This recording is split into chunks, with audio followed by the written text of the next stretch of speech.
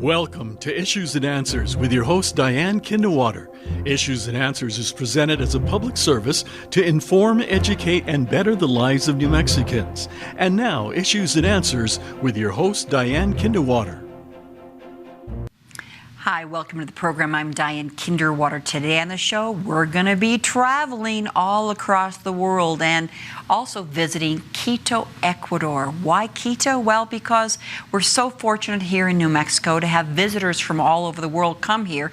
And I met a woman who is a travel blogger from Quito, and she's joining me on the show to tell us about her country and also about her travels around the world. And what she tells me about Quito, even though it's right on the equator, there are similarities to New Mexico, to Santa Fe.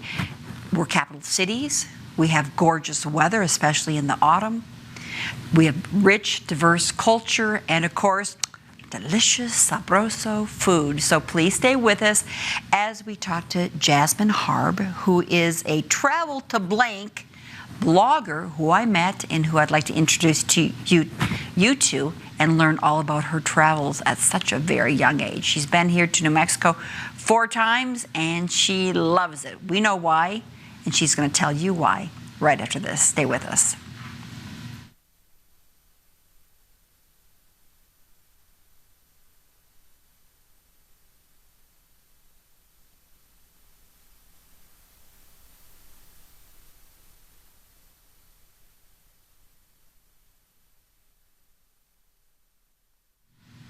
So Quito and Ecuador, they have the Amazon jungle, they have the Andean highlands, wildlife rich in the Galapagos Islands. How in the world can that be like New Mexico and Albuquerque?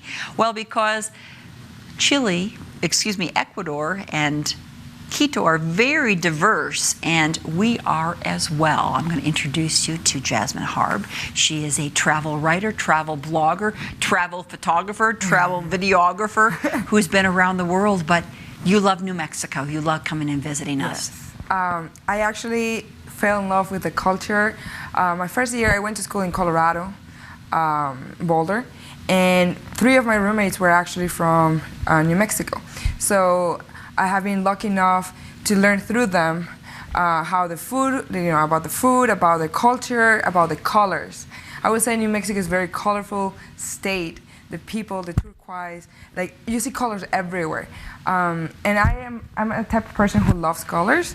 In my culture, especially in the Andes, in the highlands, people use a lot of colors for everything, like in their clothing and everything. So even though it's different, you can see the similarities in, like, if you put yourself within, if you immerse yourself in the culture, it's just stunning. I'm honestly in love with New Mexico. If I could choose a state to live in, it would be here. How wonderful, but instead you've made the world your home.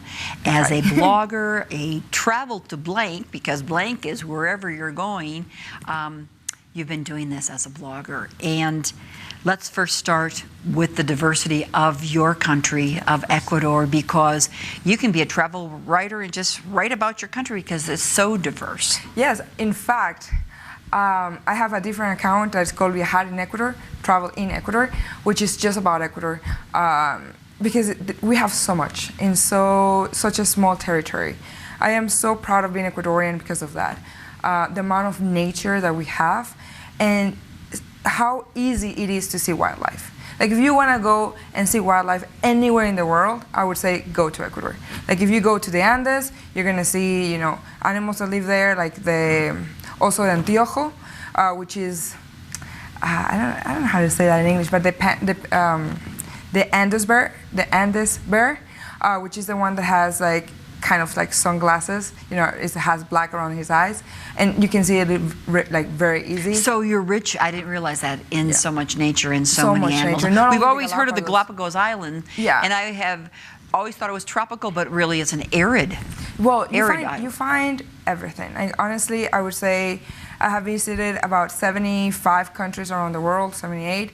And I can tell you, if I have a place to choose, I will always choose Ecuador, not only because I was born there, but also because of how beautiful it is, how rich it is in culture, in gastronomy, in landscapes, and it is very easy. So I always give you this example, like You can wake up seeing the Pacific Ocean, have breakfast there.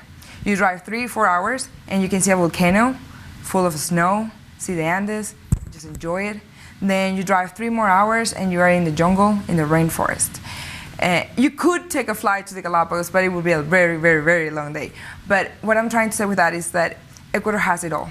We are very proud to say that we are the country of the 4 worlds, because each of our regions, we are divided in 4 regions, each of our regions are so diverse and so full of life. Like a week ago, 2 weeks ago, I was lucky enough to swim in the beach with manta rays, the giant ones. They are 3 meter, wide, and 2 days later, I was at the volcano going to a lagoon in the Cayambe, which is one of the biggest volcanoes in my country. And then, the next week, I was going to the rainforest just to spend time and see different animals like the monkeys and caimans. And it's just a very beautiful country that has it all. In summary. In summary, and it's similarities to New Mexico in terms of the weather, because we often say you can go skiing in the morning up at the Sandia Peak, and then in the afternoon be playing golf or tennis. Yeah. So it's the same. That's a good thing about Ecuador. Is like our weather. It's constant, so we don't have the same seasons that you have in the United States. You have here winter, autumn. Summer and spring, we don't have that. It's always the same weather. The difference is rain and no rain, but each region has its weather. So if you want to be hot, you go to the coast. If you want to be, cold, then you go to the highlands. If you're going to be humid, you go to the rainforest. And so you even have volcanoes, I can't pronounce it, Cotopaxi, which has a glacier. It's a volcano with a glacier on the top. And actually, if you go to the Cayambe, which is the one that I was telling you a little bit about before, you walk 30 minutes from the parking lot and you can see the glacier. It is stunning. It's just beautiful. And that's only an hour from my home. And I imagine the sun rises and sunsets at 6 in the morning and 6 p.m. right on the equator? It's always the same time. It was funny because when I moved to the United States, I didn't realize that, depending on the season, the sun comes down and up different times. So when I just came here and it was, the winter, and it was 3 p.m. and it was dark, I was like, what's going on? And then in the summer, it was 8, 9 p.m. and it was still light, and I was like, wait, what? Like, that doesn't happen for us. It's always 6 o'clock, it's starting going down, 7 p.m., everything is dark. Like, that has always been, that will always be. Tell me a little bit about what you're wearing today. Well, Jazmin. In Ecuador, a lot of people wear a lot of, especially in the highlands, they wear a lot of lana. I don't know how to say lana in Spanish, in English, sorry. But it's like the alpaca. The wool? Yeah, exactly. So, because it's so cold in the Paramo, so like, in the areas, like not in the cities, but like in the mountains, it's very cold. So a lot of the native Ecuadorians, what they do is that they create their own clothing, and they are actually, and they sell it to the world. In fact, in Otavalo, which is about 2 hours from Quito, it's a small town in Ecuador, it has the biggest market in all of Latin America that sells everything made of wool. Mm-hmm. Yeah, it's and that's a wool. That's the native. This one is not. This is like cotton? a knockoff. Okay. But yeah, I mean, the thing is, for me at least, it's hard to wash it. So I try to always use just different type of clothing. But it's very good, especially when you go to really cold places. Like I have one that is the one that you saw me wearing the first day I met you. That one is perfect when you wake up very early in the morning, or when you go to the mountains, because you're gonna be. And covered. your dress, what kind of embroidery design is that? I don't know. I just bought it. But it's from your country. Yes. Let's say. Well, the thing is that I bought it there, but I don't know if it comes from there. Like, but it should. It probably is. Yeah. How did you we're going to look at some photos that Of course. again, born in Ecuador, beautiful country, but you became a blogger. Tell us what a blogger is, and you're traveling. Of course. You're at traveling to blank. So, I became a travel blogger with my husband in 2014 when he moved to Ecuador. He's from Boston. His name is Steven. He's the other half of Travel to Blank. We both created this brand when he moved to Ecuador, and we started, traveling around. I am the person. I am very proud and have always been proud of my country since I was little. So I wanted to show it to him, and it was after a month of traveling. Around the U.S. We traveled for, actually 3 months we traveled around the U.S. So he already showed me his country, so it was my turn. And he started writing about it. He's a journalist. He went to school for journalism. So he started writing about it, and he started generating traffic to his website. So he said, why not creating a brand named Travel to, and that's how it came blank, because nothing was available. Plus, we never knew where we were going to end up. So he created this brand, we created this brand, and we started traveling.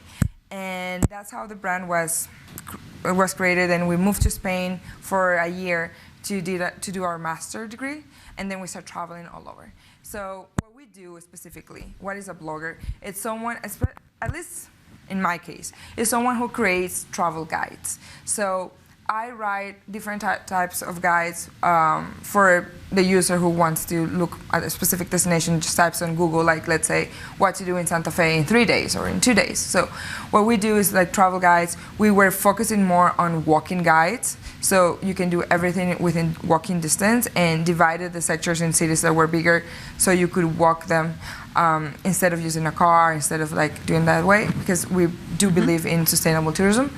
And then what we also realize is like a lot of cities that are very popular, let's say New York or LA, has a lot of small cities around that few people know about.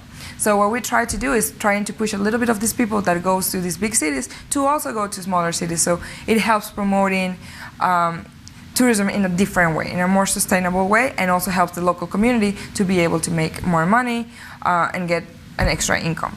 So that's what we do mostly. We create guides, We also create videos in our Instagram and Twitter and Facebook and our social media.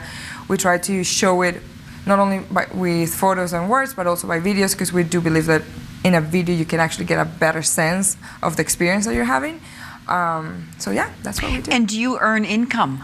Yes, we do. That's how my is that? full-time job. How do bloggers earn an income with blogging? If you're a blogger, you can make money in so many ways. It depends on what road you decide to take. In our case specifically, we do affiliate marketing. So that means, like, let's say we recommend a hotel that we stayed, and you pay the same price, but the hotel pays me a commission for you reserving through me, let's say. But for the user, it's the same price. So that's one of the ways. Another way is, like, let's say I work with tourism boards. So I have been lucky enough to work with about 80 tourism boards around the world. So I'm going to give an example. I work with Visit Wilmington in North Carolina, and they paid me for creating content about that destination and to also do videos about that destination. So you produce the content, I understand, and the videos, but do you give it to them or do you put it on your site? It depends. Sometimes I give it to them, sometimes I put it on my site. Normally when I go to any destination, regardless if they pay me or not, I always try to put it on my site, because if I'm there, the content should be out there too. Yeah. And where do we find your site? At Travel to Blank? Yeah, traveltoblank.com, or on my social media channels, Travel to Blank. At Travel to Blank. So you just Google that, just put that Google and it'll show up. Yeah, if you put traveltoblank.com, then we will show up. And have you saved that, your handle? I mean, it's yours. Yes. What do you call it? You bought a... I have the domain. The domain. And on my social media, I have all the handles, also as Travel to Blank. Nobody else can use that but you. No. Congratulations. That's neat. Neat. Yeah. How long have you been doing it, and how long do you think you'll be doing this, Jazmin? I have been doing it for about 7 years now. Full time, like actually making a living out of it. Because I would say about 4 years, 5 years. And how long? Something that travel have taught me is to never plan anything. Just go with the flow. I don't know what I'm gonna do tomorrow. I don't know if I'm gonna be alive tomorrow, if I'm gonna be in New Mexico or in Ecuador or in China. So I'm very flexible. Life had made me that way. I used to be a control freak, actually. I needed to have everything organized and scheduled for the whole month. And things happen with that.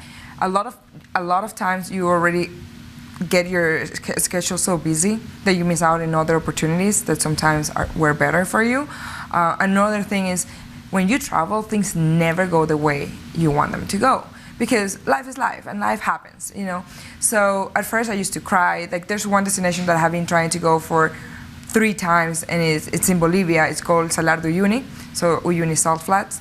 And I have been trying to go there for so long, and I have been in Bolivia twice, and every time I'm there, I'm not able to actually go to the Salt Flats because there's, you know, strikes or whatever. So at first I used to cry and be mad, but then later I remember, like, I'm lucky enough to be here. So if I don't get to the Salt Flats, I can go somewhere else. The thing is that I'm already here, and I'm gonna have the best experience possible. And I started realizing that you can always see the glass half full or half empty, and it is how you see it and what you want to get out of it. So life is so wonderful just by the fact that we're alive, that even if it rains or shine, just have fun and enjoy what life throws at you. Yeah, that's easy to say when we see some of these beautiful photos that you brought, and we're going to go through all of those. I'm telling you, it's not all that beauty. Like, a lot of people think that bloggers, we only work, you know, what they see on social media, what we show to you. But in reality, being a blogger takes about, I would say, at least for me, between 10 to 12 hours a day. Not every day, of course, but it is a lot of work because you need to do a lot of research, you need to write, you need to create the content, video content now, you need to create photos. It's a lot. It's always something to do. Yeah. Right? And you need to keep up with trends. And that's the hard part. Give me an example. So, for instance, there was a time before that Instagram was only photos.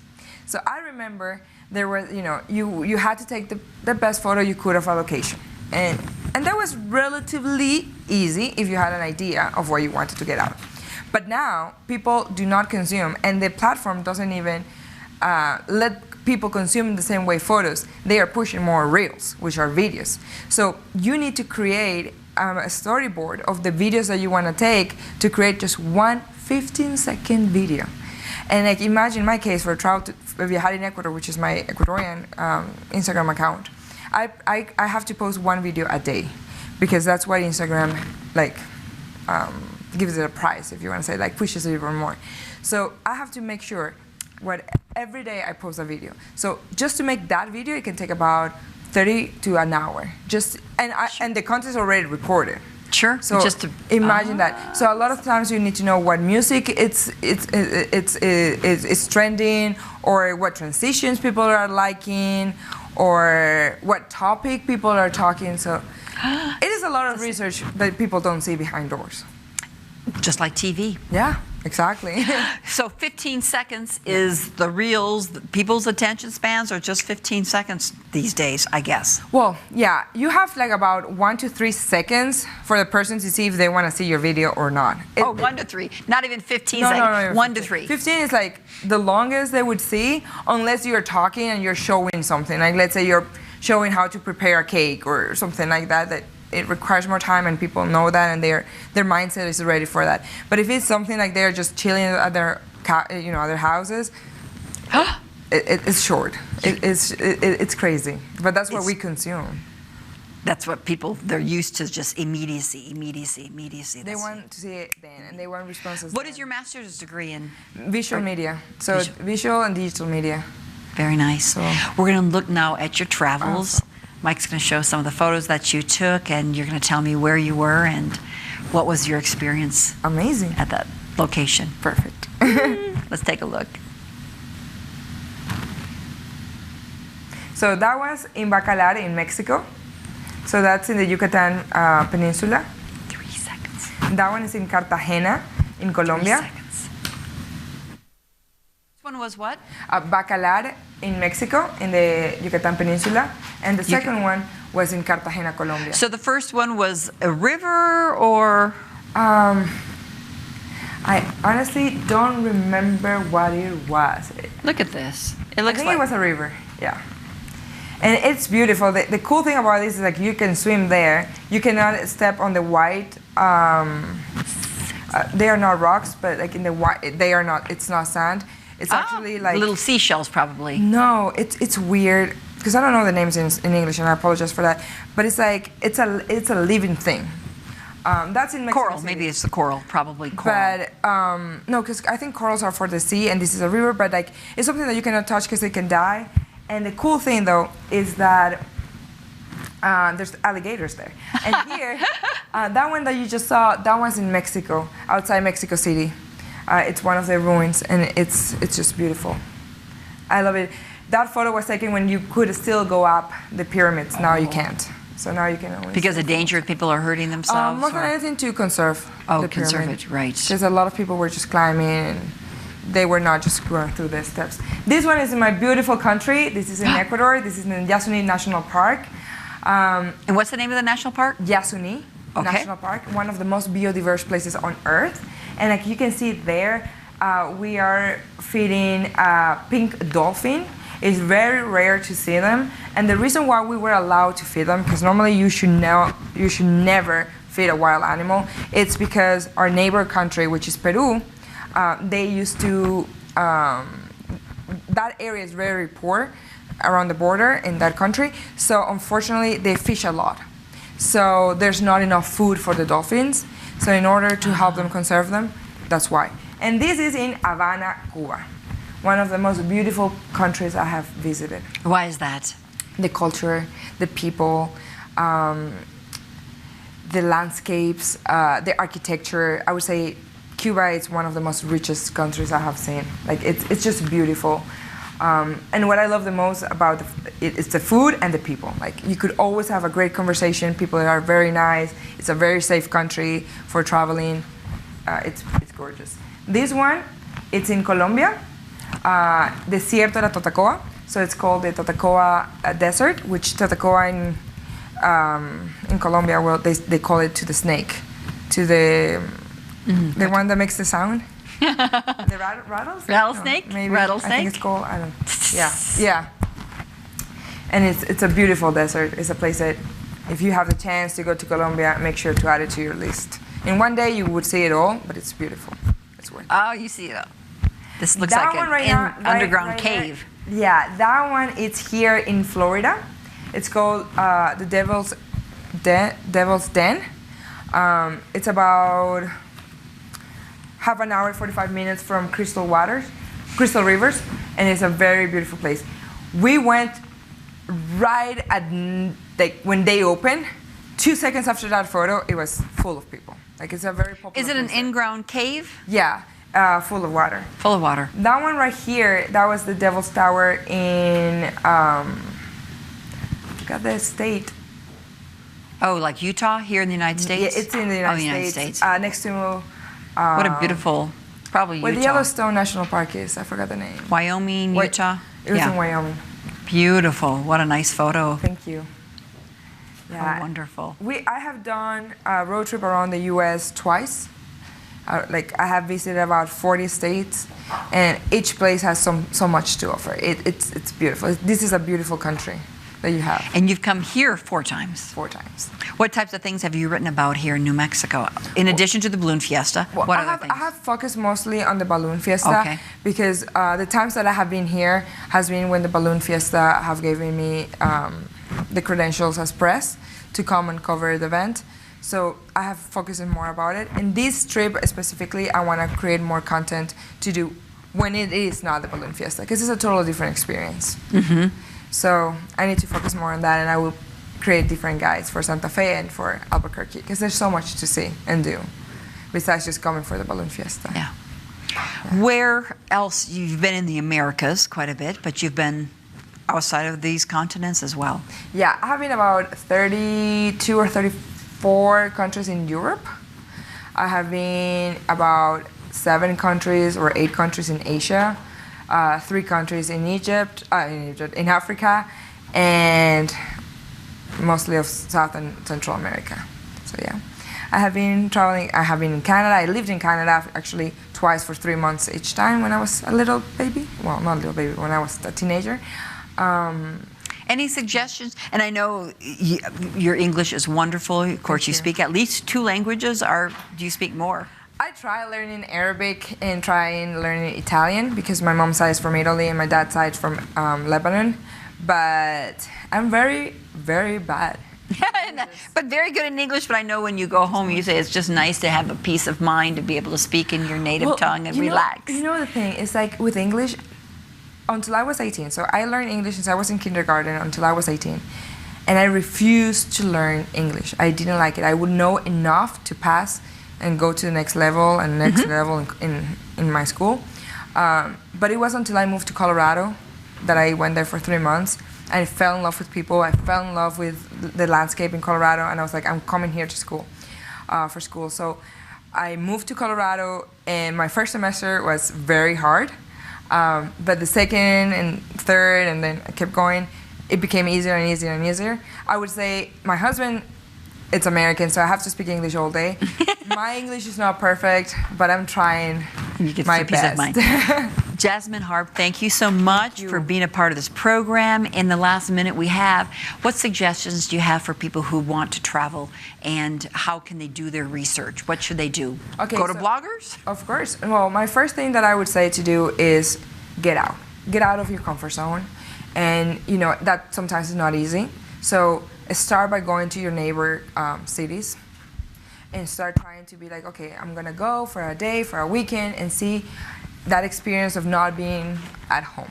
So that's the first thing. And the second thing, look for information if that place is safe for someone like you. I know this is gonna sound harsh, but there's places where if you're Latino, you might not be welcome, so you don't wanna have a bad experience.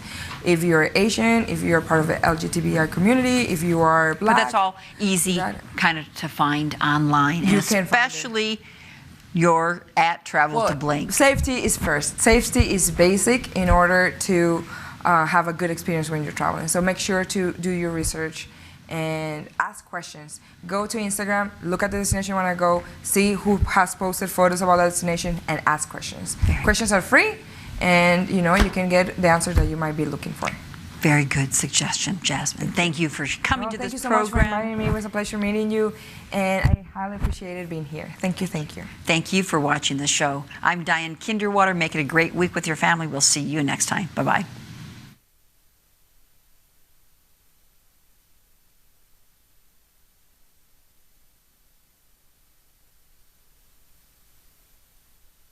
Is he working? Issues and Answers with your host Diane Kinderwater is presented as a public service to inform, educate, and better the lives of New Mexicans. To comment on today's program or to purchase a copy of any Issues and Answers program, visit sunbroadcasting.org or call us at 505-345-1991.